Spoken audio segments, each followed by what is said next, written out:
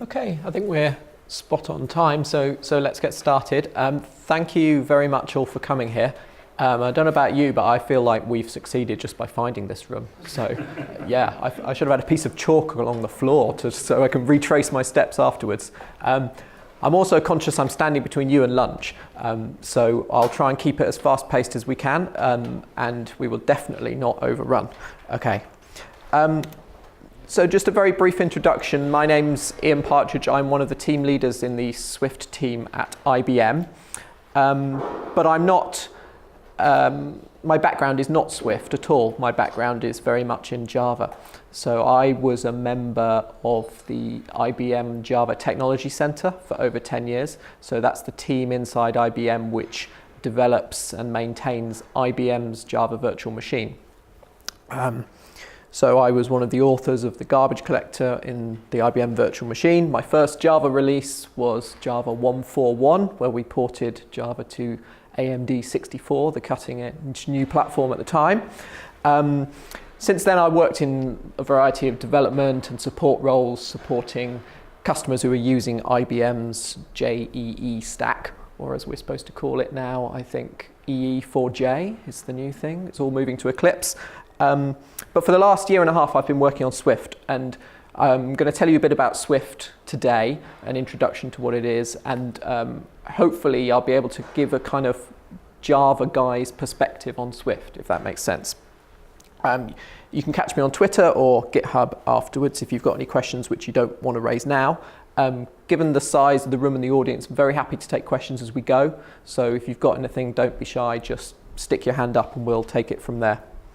I actually work down near Winchester. IBM's got a big site out in the country. That's our office, which is rather grand. It's like an 18th century mansion, which IBM bought back in the 50s. Although my office is the ugly 80s block just off to the right, out of shot. So today we're going to talk about Swift. If you've never done any Swift or seen Swift before, we'll give you a crash course in Swift. Talk a little bit about how Swift handles concurrency, which is very different to how other languages look at it. We're going to do a few comparisons, Swift versus Java, that kind of thing, give you a flavor for some of the key differences between them. Take a look at how Swift performs, and then we'll also talk about server-side Swift, so Swift on the back end, Swift web servers, that kind of thing, and how Swift might play into the kind of emerging architectures that we see in the cloud. Okay. So, hands up if you're a Java programmer. Hands up if you're a Swift programmer. Ooh, excellent. We've got two. Okay, so I'm afraid the Swift crash course is going to be very boring for you, but that's not the whole talk, I promise.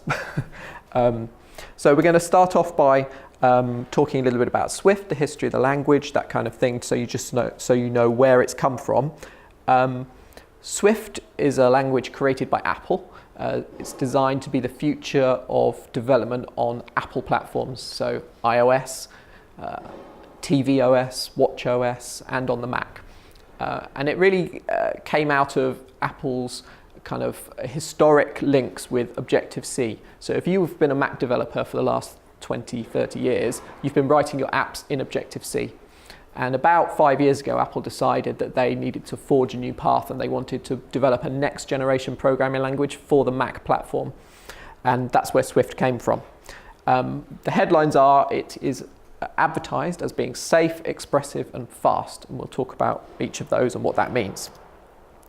But just to give you a little bit of a timeline as to what's going on and when it's all happened, it's a bit fuzzy, but we think they probably started inside Apple hacking around with this about 2010. Like all the best projects, it just started on one guy's laptop and kind of grew from there until eventually the whole entire compiler team inside Apple was devoted to this project. It became public in 2014. That's when they kind of announced it to the world at one of their keynotes. And since then, there's basically been a major release of the language every year. So Swift 1 was in 2014, 2 was in 2015, 3 was in 2016, and we've just had Swift 4, which was released last month.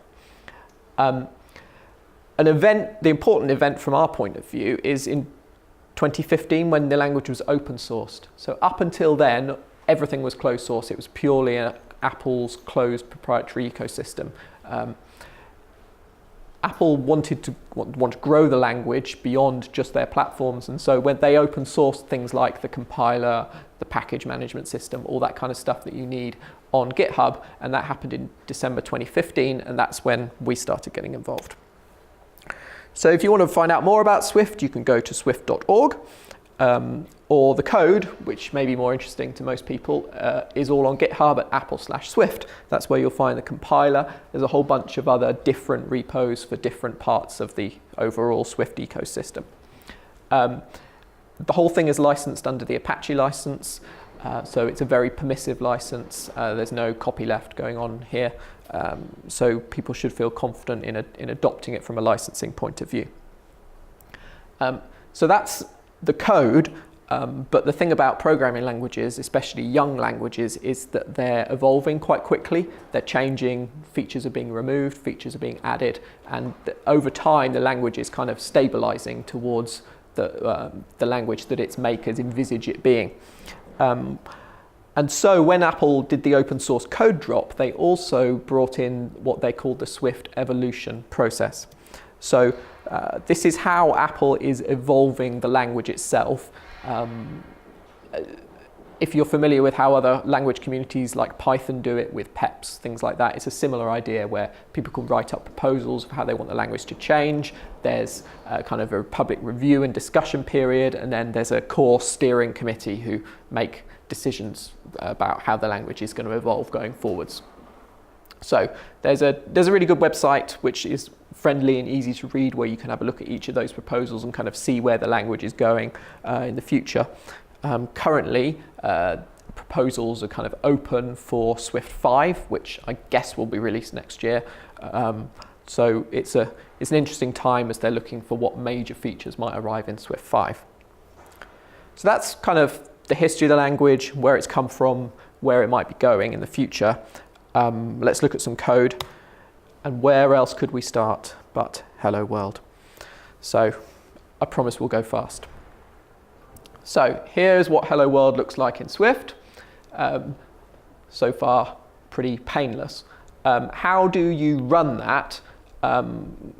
So what you would type on the command line is swift main.swift, if that was in your main.swift. What that's doing is running the Swift compiler for you. And what you get out of that is an executable. So in a language like Java or even JavaScript or Python or anything, which are interpreted languages, what happens is your source code might get compiled to some intermediate representation like a Java bytecode or something like that, and then it runs on top of a runtime, the Java virtual machine, for example. Swift is different. Swift is a compiled language. It's in the family of languages like C or C++, although it's much nicer to work in than those.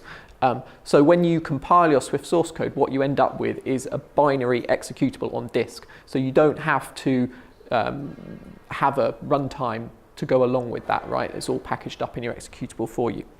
So that would generate you an executable called main, and when you run that, it would say hello world. So far, so easy. You might need a variable. So here's how you define a variable. Let event equals JAX London, and then you can print that out. The little syntax with the backtick there, that's called string interpolation. Other languages have things like that. Obviously, it's how you can print stuff out. Print variables out. So how would that work? You would compile it and it would say hello JAX London. Now let's change it. Let's set event to be JAX London and then change it to be somewhere else. What happens when we do that? Well, we compile it and we get a compile error. Cannot assign to the value event is a let constant. So here's first thing that we've learned. Let is defining something that's constant. Once it's been initialized, it can't be changed. Well, what do you do if you want to change something? In that case, you would use var instead. So you've got two things. You've got let and you've got var. Let for constants, vars for variables. It's kind of different how other languages do it. In most languages, everything's a variable. And if you want something to be constant, you have to say const or final or something like that. So it's like a modifier on top of variable, which is kind of weird because if something's a variable, it shouldn't be constant. What does a constant variable actually mean? So in Swift, it's either a let, which is constant, or it's a var, which is not. And now if you compile that, you'll get hello somewhere else. So that's kind of the hello world of Swift. Let's move on. We'll look at functions. So here's a very, very simple and very pointless function. This is a function called addInts. So the func keyword says we're defining a function, and this function takes two parameters, a which is an integer and b which is an integer, and it returns an integer. So the little rightward facing arrow and then the data type on the right, that's your return value. So what does this look like from a Java programmer's point of view? Well, you've got a func keyword, that's a bit different, but it doesn't really make much difference. Things around the other way inside the parentheses, but big deal. But probably from a Java programmer's point of view, the most interesting thing about that is I haven't had to stick it inside a class, right? So Swift has top-level functions. You don't have to put everything inside a class if you don't want to. So this function is going to add them up and then return. Here's how you would call the function. Now that's kind of interesting. When you call the function, you pass the parameter names at the call site, which to people who are used to Java, that seems very unfamiliar. If you're an Objective-C programmer, that's kind of, you've come across that before.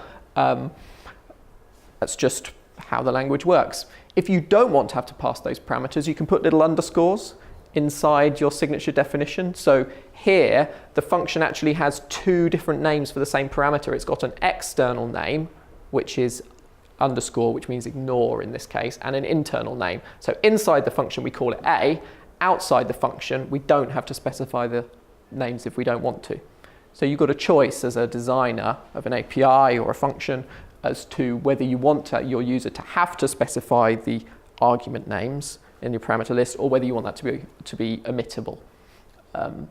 Why would you want to include them at all? Well, it kind of makes the APIs easier to read if you design them right.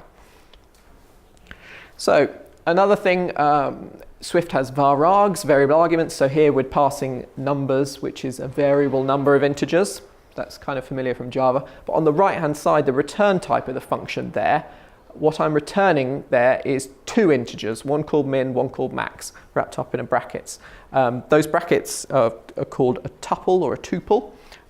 If you've done any Python, you'll have seen that, but it's new to Java programmers. And what that means is that you can return two things from a function. So here I've got two variables, one called min, one called max, and I'm going to walk over my numbers array for number in numbers, again, very familiar. And I'm going to calculate the maximum and the minimum numbers, and then I'm going to return two things from a function. So this is kind of different from how things work in Java, where if you want to return two things from a function, you have to go to the rigmarole of creating a structure or a class which is going to have two things in it, create one of those structure, set the things, and then return them. Here, we kind of just returned an anonymous type which has two things in, which is nice. How would you call that? Well, in this case, we're going to call our min and max function with 1, 2, 3, 4, 5, and we can print the results out by printing result.min and result.max, like that. So that's the kind of dereferencing syntax. So a few things that are different to Java, a few things that are the same, a few nice ergonomic type features to make the language friendly to work with. And of course, no semicolons on the end of the line. Yes. So now we're going to look at control flow. How does control flow work? So here's how you do a loop. This is defining an array literal. So it's an array with 3 doubles inside it. Notice that nowhere have I said that this is an array of 3 doubles. What the compiler will do is look at the right-hand side and say, oh, you've put 3 doubles inside an array. That must be an array of 3 doubles. Expense costs is an array of 3 doubles. Kind of makes sense. That's called type inference, which is gradually landing in other languages. I think C++ has only just got type inference. But if you don't want to use the type inference, you can specify what the type of something is. So here I've said this variable sum is of type double and initialized to 0. If I hadn't said it was double, it would have looked to the right-hand side, seen a 0, and assumed it was an integer, right? So by saying double equals 0, it forces it to be a double. And then I loop over my array, add them all up, and print out the total. Fine. Switch statements, unsurprisingly. So here I'm creating a string using the type inference to say that flavor is a string, and then I can switch on the string, do pattern matching. So If it's chocolate, we print that. If it's strawberry or rum and raisin, we print that. Or if the string has the prefix of mint, then we print that, and then there's a default case statement. So a few little things which make the language friendlier to work in, you don't have in things like Java. The ability to kind of aggregate cases, ability to have relatively complex logic. That's a pretty simple example of things you could put inside a case statement. There's quite complex pattern matching available to you if you want it. So, and how would you run that? Well, you compile it up, run main, and it would say no opinion about this because vanilla is not in the thing. So if we change vanilla to mint chocolate, now what will happen is it will go down the list and it will check if the string has the prefix mint, and in this case it will say I hate mint chocolate. Okay, so that's switch statements.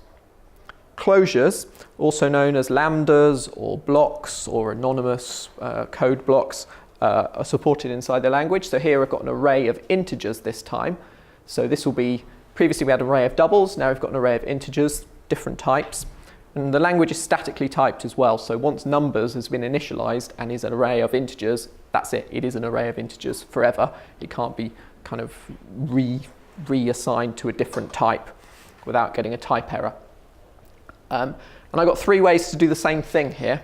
So I'm going to call the map function, which is maybe familiar from functional programming. What that does is walks over each element of the array, executing the block that you supply to it. And so here, this is the block we're passing in. First line here is kind of the signature of the block, so it takes an integer and returns an integer. So we're going to do a map on each integer in the array. We're just going to multiply it by 5, so we get 5, 10, 15. That's kind of wordy though. So if an alternative is to let the compiler figure out this line for us. So we can just omit that, and that it will say, okay, we're passing a number in, and since we're calling this on numbers, the number must be an int. And since we're multiplying an int by 5, we must be returning an int, so it can figure out that this is a map from int to int. Fine. Or an even more alternative way of doing it is this. So this is called trailing closure syntax. You notice we haven't had to put the parentheses. It can just figure out that you're passing only one parameter to map, so you don't have to put in the parentheses. And then $0 means the first parameter. Hello. Can an array or tuple have elements of different types, like first one will be a string, second one will be an integer? No. So arrays are statically typed, and each element in the array has to be of the same type. It's got very powerful dictionaries though, so if you wanted to have dictionaries from string to something, you could do that, and then you could store the thing inside the value of the dictionary. So, look quickly at data types. Here's how you define a class, which obviously looks very familiar. We've got a variable, which is a double, as we said. We've got an init, which is a constructor. So we're passing in a double into the constructor, or the initializer, and setting it. And then what we've got here is an instance variable. So this is an instance variable of the square called side length, which is a double. And then we've got getters and setters for those. So you don't have to define separate get this and set that functions. You can actually have side length as a property, and then you can just, from outside, you can just set side length to be whatever you want. And when you call set, this line is executed. And when you dereference side length, that line is executed.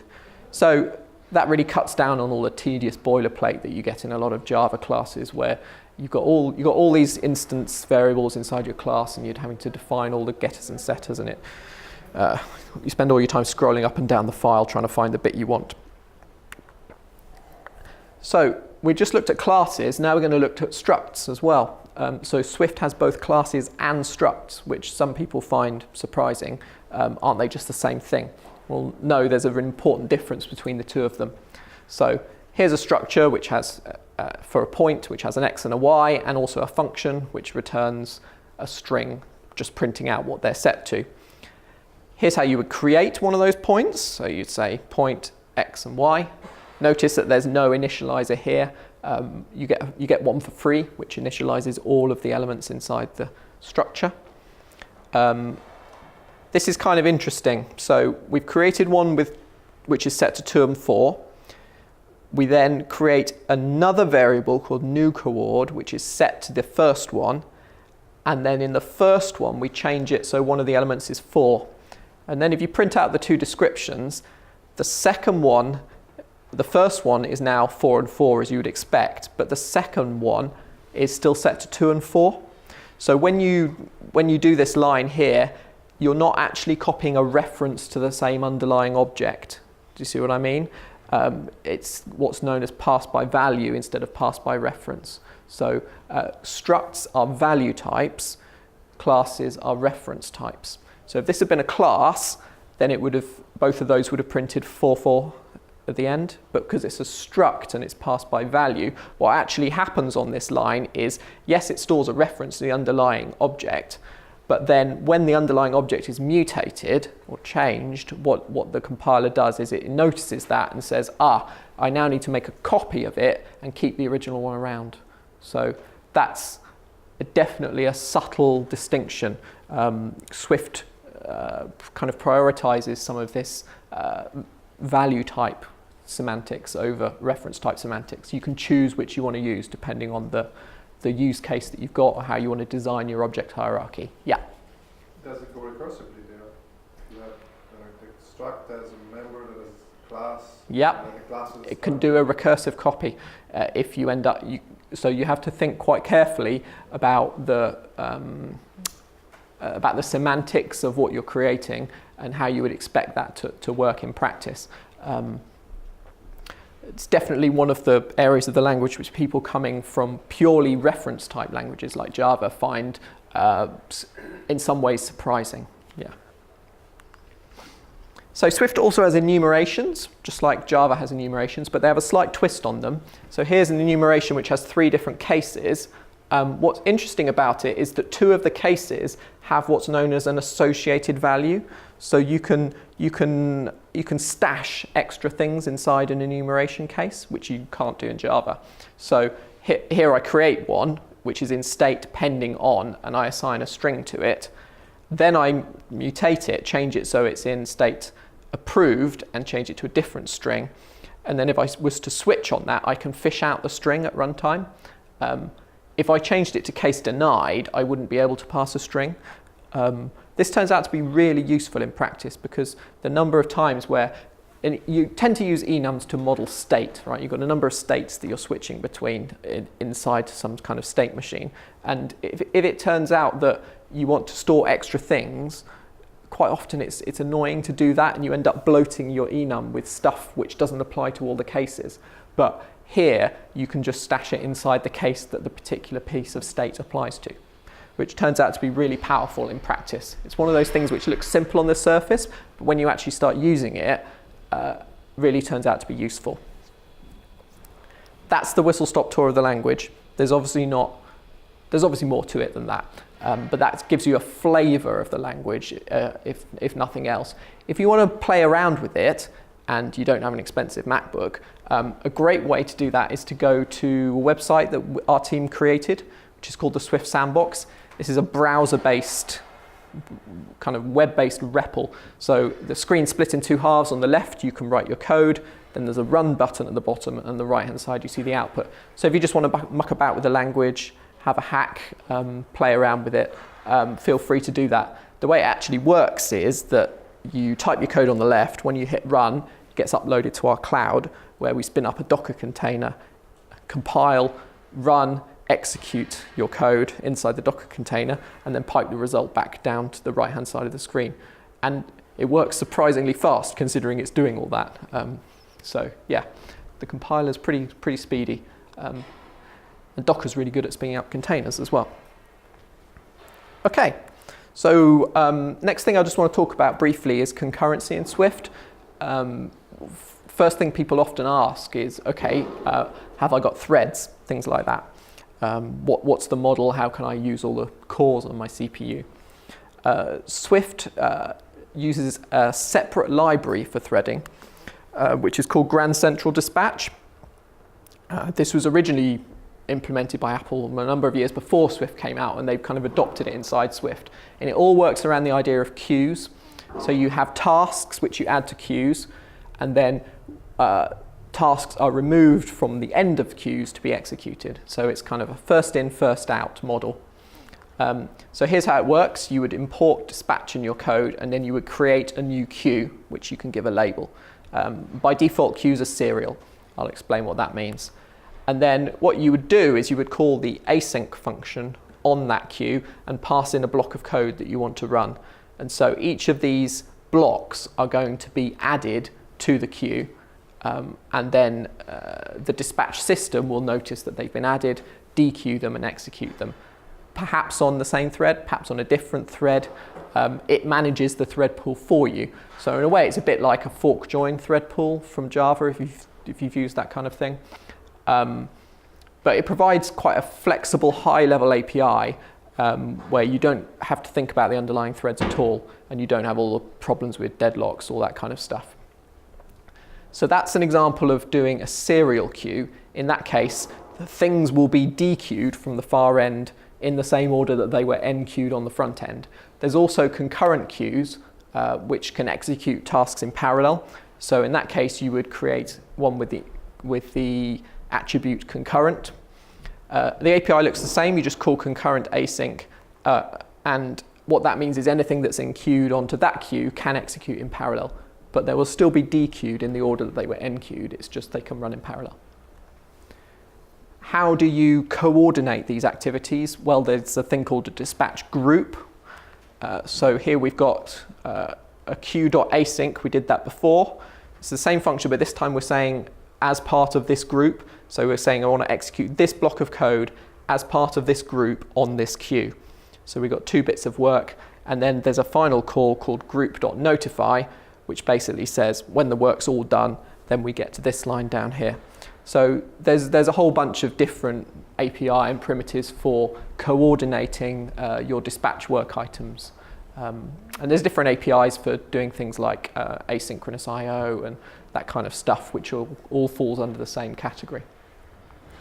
So this is definitely a different model to Java. So there's no kind of synchronized keywords or that kind of language level threading model like you've got in Java.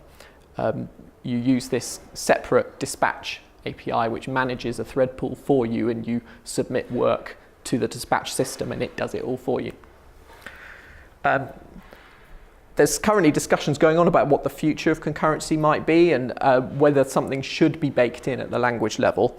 So as I said, currently it's this dispatch library, but they are talking about at the moment about how and when they should land some sort of language concurrency in.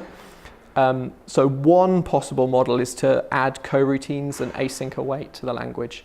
So those of you who've done any JavaScript might know in ES6 they landed this thing called async await. So today, some of the problems that can happen, this is Swift code on the left here, which it has this kind of pyramid of doom where you've got a whole bunch of functions calling other functions. And because these functions are asynchronous, you pass a callback handler, like a completion handler, to one of the parameters.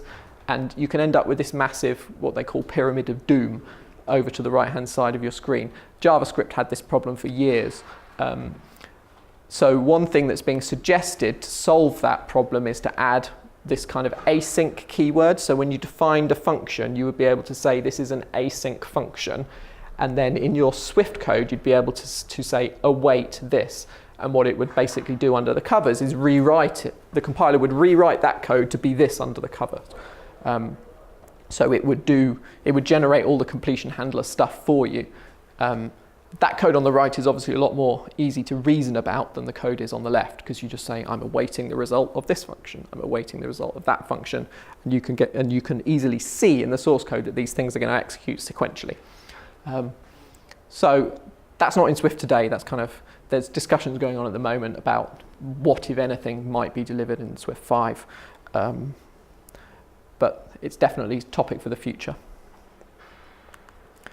So let's just take a quick look at the 3 words which were on kind of the advertising and see a few examples of comparisons between Swift and Java as to how things are slightly different to what you might be used to. So I'm going to take a look at safe first. We've got Java on the left and we've got Swift on the right. So what have we got? We've got a class which has a main function. The main function has a string which is null, and then we pass that string into the length function. The length function prints out the length of the string. Okay. Here's how it would look in Swift. We don't have to have a class. As I mentioned, we can have top-level functions. So there's a function called length of string. That's an example, again, of having kind of external and internal names for the same parameter. And this is going to return void, and we're going to print out the length of the string. What we've got further down below is a variable which has a question mark in it. So the type is string question mark. What that means is that this is an optional string. It might be nil, it might not be nil. In Java, all object references can be nil. You can set anything to null anytime you want. In Swift, if you want something to be allowed to be null, you have to tell the compiler that. So there's a language feature called optionals.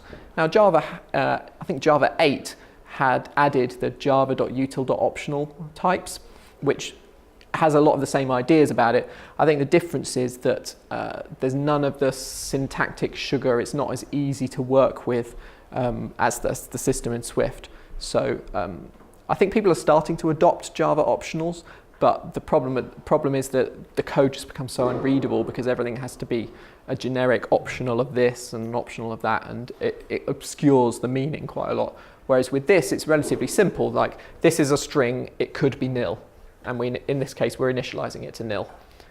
And then we're going to call length of string. So what happens in each of these cases? So we're going to compile test.java, and we're going to compile main.swift. Yep, that compiled fine. But on the right-hand side, it won't even compile, which is kind of interesting. Error, value of optional type string not unwrapped. Did you mean to use exclamation mark? Interesting. So we got a compile time error on the right, but on the left-hand side, it ran. But of course, when you go to run it, you'll get a runtime exception, which is the null pointer exception, because you've passed null in, you're calling string.length with a null reference. So this is a different model. Swift has failed sooner. It's failed at compile time rather than at runtime, which has got to be a better thing, I think. So how would you fix that? What you can do, here we've got this string which is set to nil, and then we're assigning it to another string. This is what we're saying here. So the optional is being assigned to something which is non-optional, and in that case the compiler won't let you do that. Because this might be nil, this can't be nil. So in that case, the compiler enforces that on you. How can you force it? Well, you can add the exclamation mark on the end. Exclamation mark is kind of you're taking your life in your hands. It could go wrong, could blow up. But if you know what you're doing, you can do that. And now, if we run it, we get a runtime error, which we would expect, because we're unwrapping nil, and that blows up. Okay? If you want to check that stuff at runtime, what you can do is use a guard statement. So you can say, creating this variable string equals optional string, and if that fails, we go into the else block. So now when we compile that, we'll get error, null string found. So Swift, this is an example, definitely an example of the safety of the language, where it tries to make it as hard as possible for you to blow your own foot off. Certainly Java is a lot safer than something like C or C++, but Swift definitely takes it to another level, and as far as possible, if it can fail at compile time, it will, rather than failing at runtime. Let's look a bit at expressivity of the language. So here's a function definition, move from start to end, returning a Boolean. So when you call that function, you would call move from A to B, which is really readable. It's almost like English. So the idea of having separate parameter names for external and internal is a very expressive part of the language. And once you get used to thinking about APIs and designing them like that, I kind of don't want to go back to the other way, because how many times do you read a function call and you think, well, what is A and what's it going to be for? Well, in this case, it's where we're going to move the point from and where we're going to move the point to.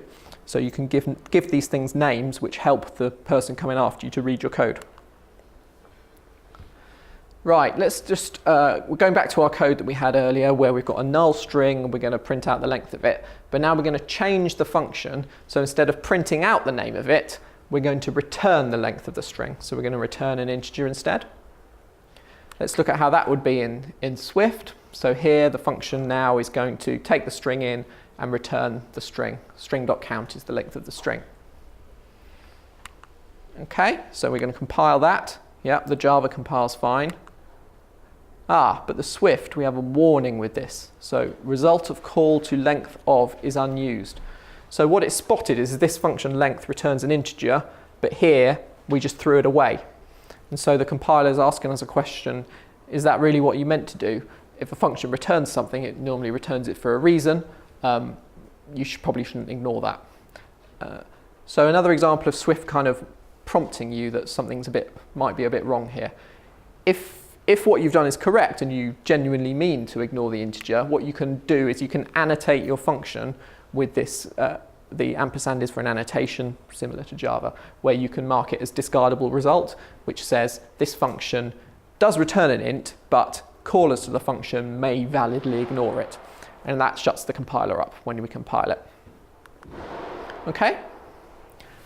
So that's just a little look at the safety and the expressivity. Let's look a bit at some of the performance numbers. So here's some simple benchmarks.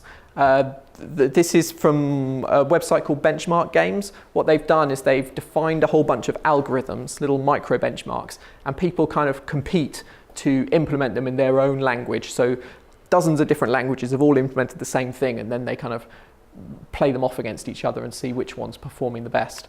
And so we've got Swift, we've got Java, and we've got Node not doing terribly well. So Swift is really fast because it's a compile language. You're not paying the cost of a garbage collector. You're not paying the cost of a JIT compiler.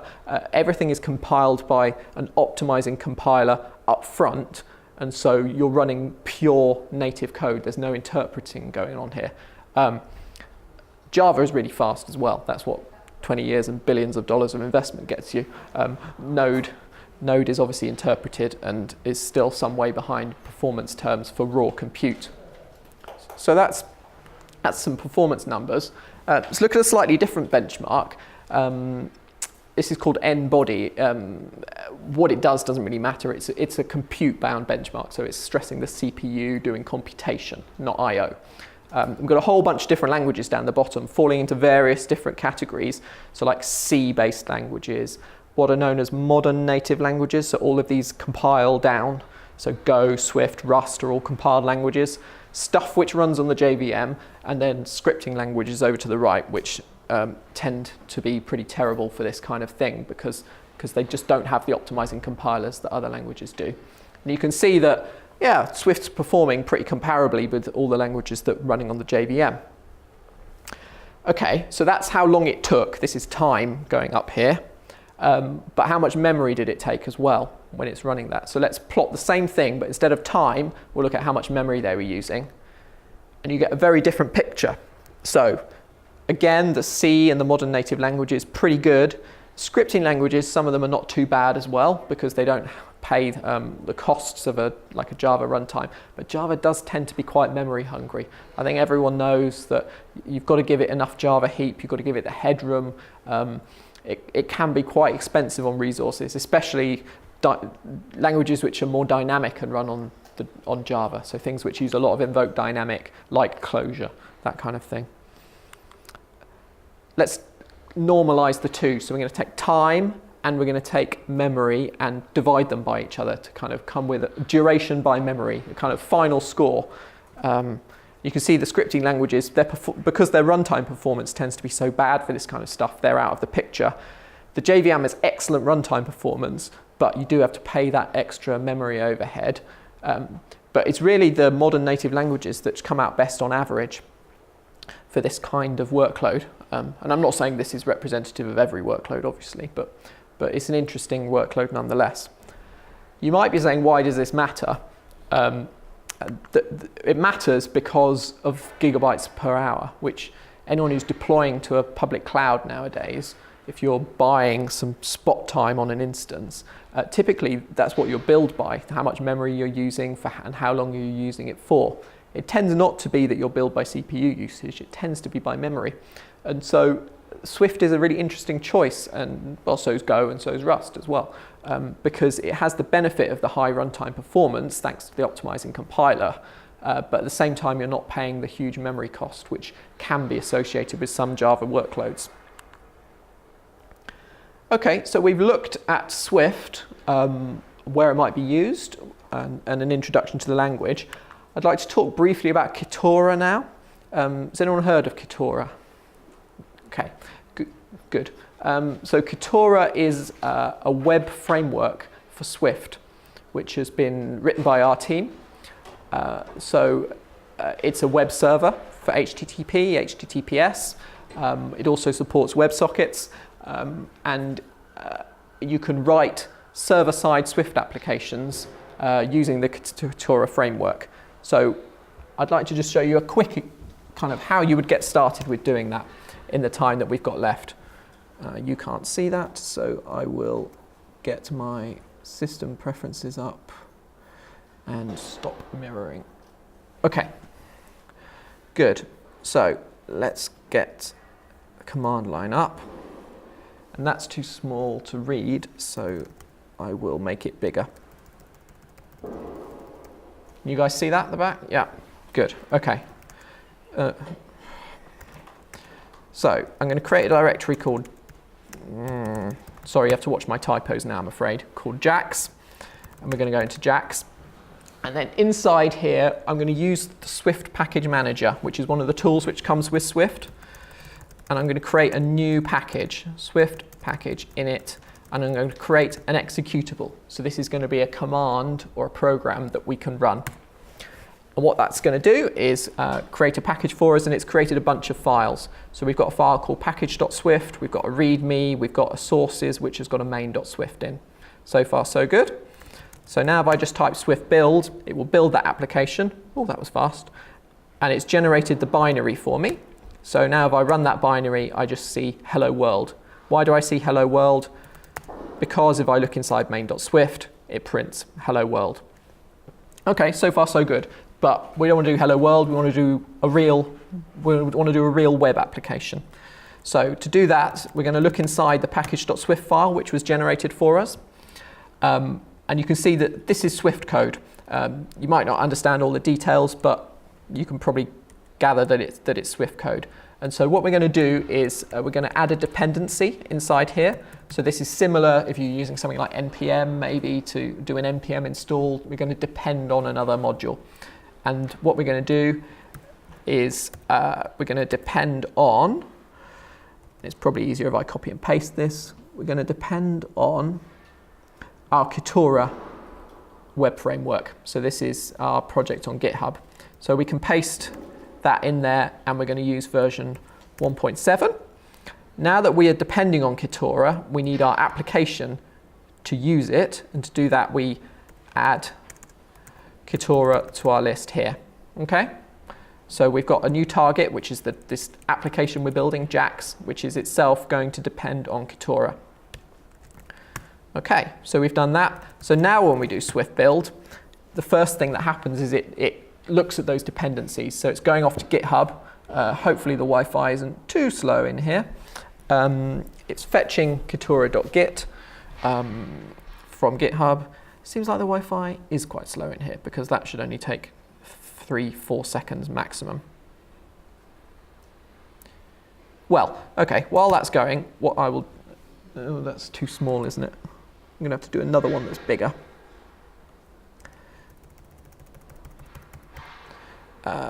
So here's the directory that we're in with our sources. So what I've prepared is an alternative main.swift, which has what we need inside it. So if I copy my main.swift over, and then we can look inside there and see what's going on.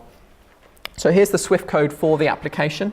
What we're going to do is we're going to import Cattura, which is the web framework we're using. We're going to create a router, and then we're going to call router.get. So what this is doing is defining a route that we want to listen on. We're saying we want to listen on /hello, and when the URL /hello is hit, we're going to execute the block inside here, and all that's going to do is send hello world back to the browser. Okay, so this is defining the route. We then need to connect the router up to an HTTP server and say what port we want to listen on. And then the final thing we do is Cattura.run. Okay? That's being really slow. Good news is I have a backup. So if I go inside the backup, this is one I've already, it's exactly the same, it's just been through the build process. So what would happen is you would do Swift build, it would fetch each of the dependencies. So not only would it fetch Cattura, it would fetch the stuff which Cattura depends on as well, and then it would build the whole thing up into an executable. So in here, what was it? It was called .build. Yeah, so there's .build x86 debug, and then I think it was called JAX backup, wasn't it? Yeah, so here's the executable, which was generated by the compiler. And then if we run that, you can see it's sitting there spinning. And if I go over into the browser and go to localhost 8080, you can see that we get the splash screen for Cattura, which is the Swift web framework. Now, in our application, what we did was we added a route. Do you remember? It was /hello. So up here, if I go to /hello, we can see that we get the hello world from my application. So I don't know how many people build JEE applications and write servlets and stuff, but this seems to me to be a lot faster and a lot more fun, that we've just spun up a web server, can easily define some routes, write some Swift code. And if you've ever done any node development using frameworks like Express, for example, you'll find that this all looks very familiar. So as I mentioned, our web framework is called Cattura. It's on GitHub. Obviously, it's open source under the Apache license. So you can hit that up. We're on IBM-Swift on GitHub. We've also got a website, Cattura.io, which gives you a real kind of walkthrough guide. There's got different tutorials of how to build different things, how to get started with it. If you've got a Mac, you can build and run it on a Mac like I've got there. Otherwise, you can build and run on Linux. It's easy to build inside a Linux VM, or we also supply Docker files, so you can easily, even if you're on Windows, you can get Docker for Windows and run it inside a Docker container. And it's really easy to push it to the cloud as well, if you want to do so. So I think I'm pretty much out of time. What I'm going to do is stop mirroring, go back to Keynote, and if I skip to there, I can say thank you very much for coming. I hope you have a great lunch. If anyone's got any questions, I can take them now, or if you want to come and ask me afterwards, very happy to answer them as well. There's an IBM booth out in the concourse as well. So there's guys from our team out there who are interested in not just Swift, but also lots of Java stuff. IBM's recently open sourced its JEE implementation called Open Liberty. There's some people from the team there who'd love to talk about JEE as well. So do drop by the IBM booth. Any questions? Yes? How does Cattura sort of perform under heavy load? What's a heavy load? How scalable is it? Yeah, so I wouldn't stand it up and point it at the internet. Do you know what I mean? But if you're typically you deploy it to a cloud, it'd be behind a reverse proxy, that kind of thing. You might use it as part of a microservice. Maybe it's ideal for microservices because it's so small, spins up really fast, doesn't use any RAM, well, much RAM at all compared to a JVM. So it's ideal for that kind of environment. Because it's so easy to deploy to a cloud inside a Docker container, that means it's easy to orchestrate these things. So if you want to scale it sideways, spin up multiple instances of it, it fits really well into Kubernetes if anyone is using Kubernetes for container orchestration. In terms of load, people are using it in production. We've got real customers who are serving real traffic through it. And I didn't mention in the talk, but we've also got a monitoring solution for it as well. So you can you can plug into your Cattura application and monitor things like the CPU usage, the memory usage, how your HTTP routes are performing, how long each of those is taking to respond. So yeah, we'd say it's ready to go. Yeah. Yeah? Do you think IBM are going to uptake Kotlin, which seems to be introducing similar features as well? So it's very interesting when you look at Kotlin that they seem to be doing a massive copy and paste from Swift at the moment. Yeah, I think the languages are going to continue to evolve separately. There has to be a reckoning at some point in the mobile world. I think that these things are just coming too similar and yet too different. But how that would ever happen, I don't know, because it means Google and Apple have got to agree on something. But yeah, you're right that Kotlin is looking very similar in places. Yeah. Yeah. You have a question in the description I would like you to answer. Is Swift the future of server application or is it just a passing fad? So I don't think it's a passing fad. It's certainly early days, right? So I put the timeline up earlier. This is a young language. It's still evolving. Although we're past the stage where the syntax was breaking every week. Certainly when I started on Swift 18 months ago, at that point, you'd write your Swift and next week it wouldn't compile anymore. That's gone. The language is more stable now, but it's still definitely early days. Is it going to take over compared to JE? No, it's not. JE has got like 20 years of history behind it. You've got JMS, you've got JPA, you've got servlets, you've got EJBs. All this stuff which has been built by $1 billion industry over 15 years is not going to be kind of overcome overnight. But for people who look at JE and see that this has just become too much of a monolith and are looking for alternative paths. Some people are looking at things like microprofile for JE, which is really interesting. Other people are looking at Node.js as possible backends. And then there are other people who, perhaps people who have mobile experience, who've got to write a mobile app in Swift, for example, might say, well, if I've got to write a whole mobile app, maybe I'll write a microservice in the backend in Swift as well. So I think Swift's finding its niche at the moment. It's obviously come from a mobile heritage as a mobile language. So what that means at the moment, the people who have skills in it are people who've been writing mobile apps.